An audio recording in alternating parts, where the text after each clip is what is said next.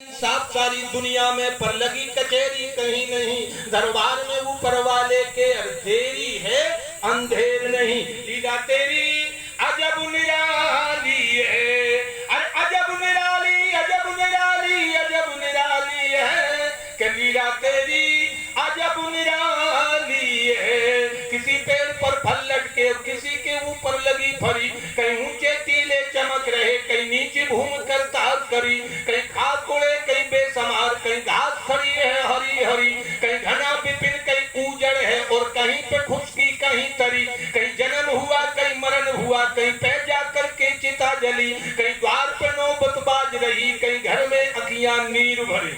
सब कोई करे गुणगान तेरा और धन धन तेरी कारीगरी। हर कहीं अंधेरा पर किसी के घर में रोज दिवाली है।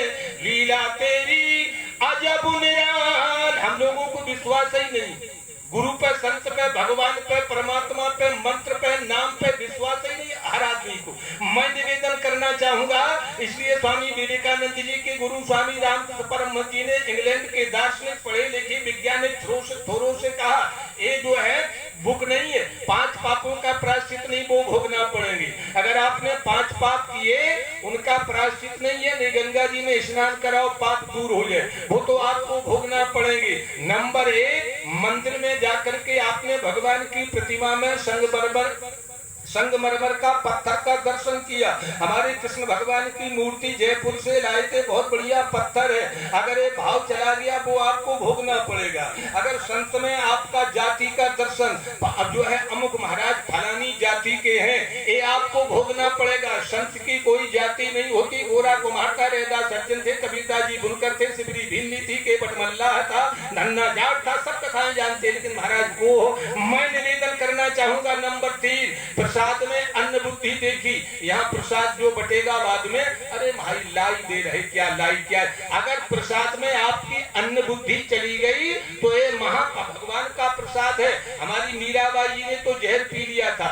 4 जो है चौथा पाप है, अगर आपने गंगा जल को पानी समझा, रामायण भागवत गीता को आपने बुक माना, पुस्तक माना, आप लोग वहीं पहुंचे कलकत्ता 2 मिनट के लिए। स्वामी रामकृष्ण परमहंस जी ने कहा, बाबूजी ये बुक नहीं है, ये भारतवर्ष का वो ग्रंथ है जिसके द्वारा संसार का हर काम संभव, हर काम हो सकता है। वो इसी जुगाड़ में था, हाँ वो इसी जुगाड़ में था। उसने विचार किया, दमंगी से महात्मा कह रहा है, आज तक ऐसी मशीन अमेरिका में नहीं बनी, उसी से शक्कर निकले, उसी से यूरिया निकले, उसी से बाजरा और गेहूं निकले, और महात्मा कह रहा विश्व का हर काम संभव। उसने गीता के पन्ना पलटे, गीता के पन्ना इधर उधर किए तो अंग्रेजी पढ़ने वाला समझ में नहीं। अभी आप सुन रहे थे महाराज जी के द्वारा, उसने कहा न समय देखो न कुसुमय देखो। मैं निवेदन करना चाहता हूँ, मंत्र जाप मुद्रण विश्व सब्बत रामायण में लिखी जो हम लोग कह रहे, मंत्र जाप मुद्रण दृढ़ मजबूत विश्वास। हाँ मैं निवेदन करना चाहता हूँ, मंजिल उन्हीं को मिलती है जिनके सपनों में जान होती है, मंजिल उन्हीं को मिलती है जिनके सपनों में जान होती है। पंखों से कुछ नहीं होता, हौसले में उड़ान होती है। आज जो है मंत्र जाप मुद्रण विश्वासा पंचम भजन सुवेद प्रकाश। 5वीं भक्ति है अटूट विश्वास, अटूट श्रद्धा, श्रोता महान भाव। मैं निवेदन करना चाहता हूँ, कबीरदास जी ने निर्णय लिया, एक जो है प्रमाणित कथा कबीरदास जी की तो सब लोग आप जानते ही हो कथाई। एक कलयुग के संत, महान संत हुए कबीरदास जी। कबीरदास जी ने निर्णय लिया, हम गुरु श्रद्धा और विश्वास और मंत्र जाप का 2 बातें ध्यान में रखना। मैं निवेदन करना चाहता हूँ, आज हमारे मंच से इसी पर चर्चा हो रही, मैं गले में उतारना चाहूंगा। श्रोता महान भाव, भगवान सबके पास में हमारी श्वास को वापिस करने वाला यही परमात्मा है। चाहे आप कृष्ण मानो, चाहे नारायण मानो, चाहे निर्गुण मानो, चाहे सगुण मानो, चाहे हनुमान जी महाराज मानो, हर दिल के आईने में है तस्वीर यार की। जब चाहा गर्दन झुकाई देख ली, कौन कहता है मुलाकात नहीं होती। रोज मिलते हैं पर बात नहीं होती। जिस दिन परमात्मा शरीर से निकल जाएगा तो जल्दी करो, जल्दी करो, जल्दी करो। हाँ, उड़ाए जाइए चदरी, सो उड़ाई चदरिया, उड़ाए जाइए चदरिया, मरती बढ़िया। परमात्मा हर व्यक्ति के पास में है जो जन्म देने के पहले दूध की व्यवस्था व्यवस्था करता है। हे वो परमात्मा है जो धन्ना जाट का बिगर बीज के खेत में जमाता है। हे वो परमात्मा है जो सेना नाई बनकर के राजा की हजामत बनाता है। हे वो परमात्मा है जो खंबे से प्रकट होकर के प्रहलाद भगत की रक्षा करता है। लेकिन कब अर्जुन का रथ संचालन किया? हे परमात्मा तो जिम बालिक राख महतारी अकरम सदा तिनकी रखवारी। माता जैसे अपने पुत्र की देखरेख करती है, परमात्मा वो व्यवस्था करने के लिए तैयार है। जिम बालक लाख महतारी। मैं निवेदन करना चाहूंगा, अर्जुन के रथ का संचालन श्याम सुंदर बांकी बिहारी कृष्ण भगवान ने महाभारत जैसे युद्ध में किया।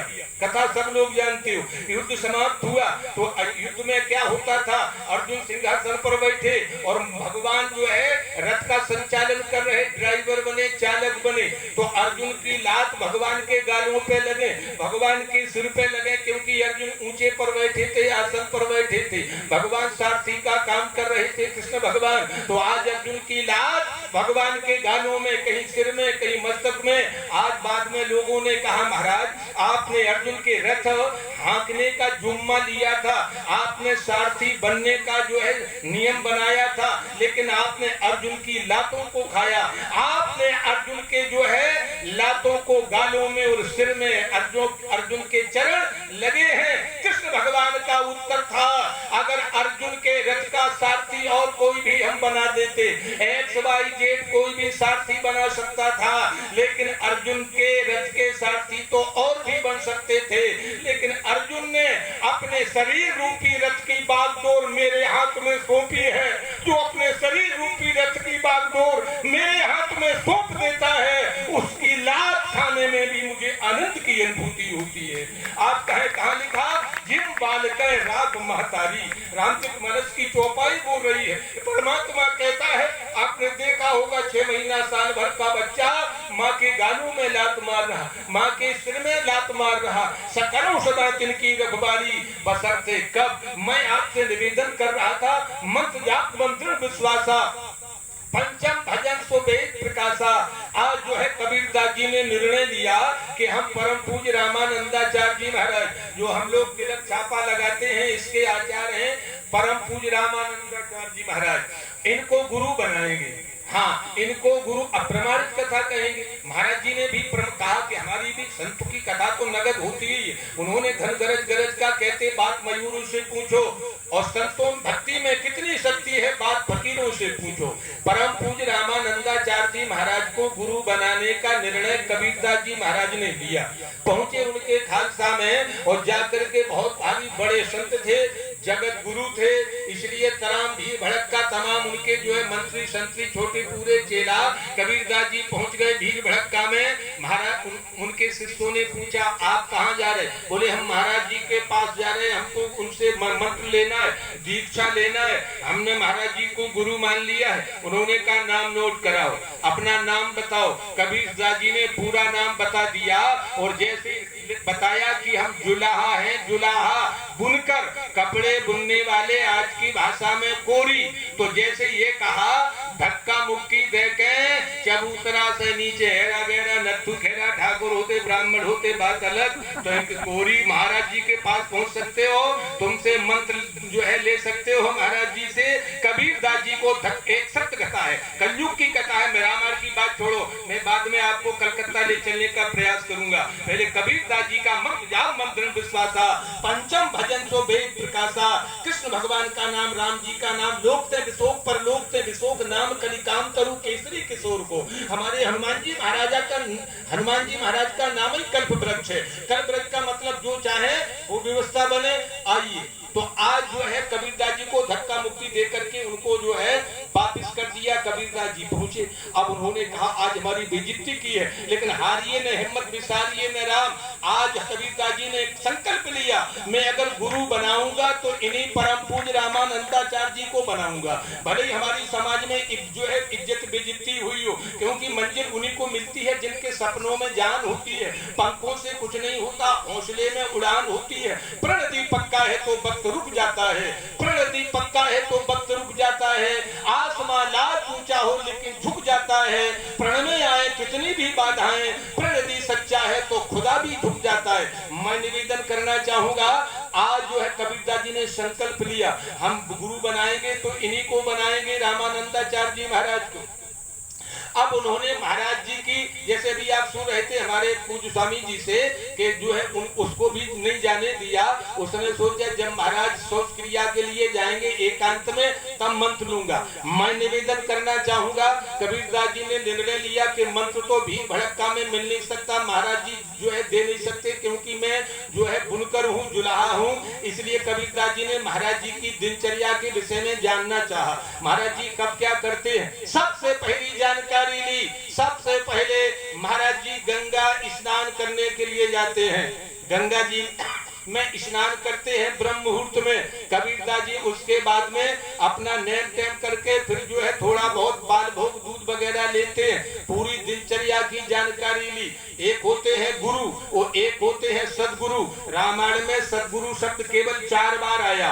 गुरु आपको मिल सकते हैं, लेकिन आज के युग में सतगुरु मिलना कठिन है। केवल अंतर इतना है, जो वाणी के द्वारा, जो उपदेश के द्वारा, जो मंत्र के द्वारा शिक्षा दे शिष्य को, उसे गुरु कहते हैं। और जो अपने चरित्र के द्वारा, जो अपनी क्रियाओं के द्वारा, जो अपनी साधना के द्वारा शिष्य को शिक्षा दे, उसे सदगुरु कहते हैं। बस अंतर इतना ही है। गुरु और सदगुरु में आकाश पाताल का अंतर है। श्रोता मानव, मैं आपसे निवेदन करना चाहूंगा, आज जो है गुरु बनाएंगे तो इन्हीं महाराज जी को बनाएंगे। कबीरदास जी ने पूरी उनकी दिनचर्या ली कि कब महाराज क्या करते हैं। उन्होंने जानकारी ली गंगा घाट पर स्नान करने के लिए। आज सोमवती अमावस्या है, हजारों लोग गंगा घाट पर नर्मदा में इस समय आज सवेरे स्नान किया। यहाँ पर भी हमारे एक बच्चे गए थे, बोले महाराज हम जो है फरक्काबाद से गंगा घाट पर आए, क्योंकि आज सोमवती अमावस्या है और आज बर अमावस्या भी है। हमारे इधर माताएं बहनें आज बरगद की पूजा करती हैं, पता नहीं करती कि नहीं करती, करती होंगी, हाँ करती हैं। हाँ, ये आज बहुत डबल महत्व है श्रोता महान भाव। तो मैं निवेदन करना चाहता हूँ, लेकिन हमारी सोमवती अमावस्या यही बन गई। शास्त्र कहता है गंगा पापम, गंगा पाप को दूर करती है। सावधानी से सुनना, गंगा पापम, गंगा पाप को दूर करती है। शशि तापम, चंद्रमा आपकी गर्मी को, ग्रीष्म को दूर करता है। और कल्प वृक्ष आपकी दीनता को, कंगाली को दूर करता है। गंगा पापम, शशि तापम, और जो है दैन्यम कल्प तरु, कल्प वृक्ष जो है आपकी दीनता को दूर करता है। लेकिन पापम च तापम दैन्यम हरेत संत समागम। शास्त्र कहता, बना कि इतना बड़ा विद्वान नहीं हूँ, मैं निवेदन करना चाहता हूँ, लेकिन जो है ये संत समागम जो आज अपन को मिल रहा है, ये पाप को, ताप को, संताप को और दीनता को हरण करता है। यदि सत्संग हो जाए श्रोता महान भाव। आज कबीरदास जी ने जानकारी ली। ब्रह्म मुहूर्त में महाराज श्री गंगा घाट पर स्नान करने के लिए जाते थे। वहाँ पक्की सीढ़ियां थी, सत्य कथा है। आज कबीरदास जी पहुंचे, उन्होंने कहा मंत्र तो मिल नहीं सकता, क्योंकि महाराज जी ऊंची हस्ती है और हम तो जो है जात के कोरी हैं, हमारी जो है छोटी जात है। इसलिए कबीरदास जी उन सीढ़ियों के बीचम बीच जाकर के लेट गए। हाँ, चुप्पी मारे। ब्रह्म मुहूर्त में अंधेरा रहता है श्रोता महान भाव, ब्रह्म मुहूर्त में अंधेरा रहता है, तो सीढ़ी पर चुप्पी मारे कबीरदास जी लेटे और इधर से महाराज जी खड़ाऊ पहने खट खट खट खट। तो रोजाना जाते थे, निगाहें कमजोर थी महाराज जी की, अवस्था ज्यादा थी, लेकिन रोजाना जाते थे। अभ्यास था उन्हें सीढ़ियों पर उतरने का, गंगा जी में स्नान करने का। ब्रह्म मुहूर्त में महाराज जी जैसे ही खट खट खट सीढ़ियां उतरने लगे तो कबीरदास जी चुप्पी मारे लेटे हुए थे। एकाएक पैर महाराज श्री का कबीरदास जी के छाती में, सीने पर पड़ गया और जैसे ही सीने पे पड़ा तो मुख से निकला, अपन तो डरना देखा क्या है, दैया करते मैया करते, लेकिन संत लोग जो है भगवान का नाम ओम नमो नारायण भगवते या शंकर जी या हनुमान जी या राम राम। तो आज महाराज जी का पैर जैसे ही कबीरदास जी के ऊपर अंधेरे में धोखे में पड़ा, महाराज जी ने कहा राम राम राम। हाँ, राम राम क्या हो गया? जैसे ही राम नाम कबीरदास जी ने कहा एक मंत्र मिल गया। हाँ, वैसे तो मंत्र दे नहीं सकते जानबूझ करके, कबीरदास जी ने उस राम नाम को मंत्र मान लिया कि महाराज जी का मंत्र है राम नाम। अब जो है उन्होंने दीक्षा 4 प्रकार से ली जाती है। नोट करिए आप लोग, केवल ये जरूरी नहीं आप नारियल पिछोरा दो, दक्षिणा दो तभी गुरु माने। दीक्षा 4 प्रकार की होती है। नंबर 1 नेत्र दीक्षा, आंखों से दीक्षा दी जाती है, मंत्र लिया जाता है। नंबर 2 स्पर्श दीक्षा, स्पर्श, अगर किसी संत का हाथ आपके सिर पर स्पर्श हो गया या किसी संत के आपने पैर स्पर्श कर लिए, स्पर्श दीक्षा।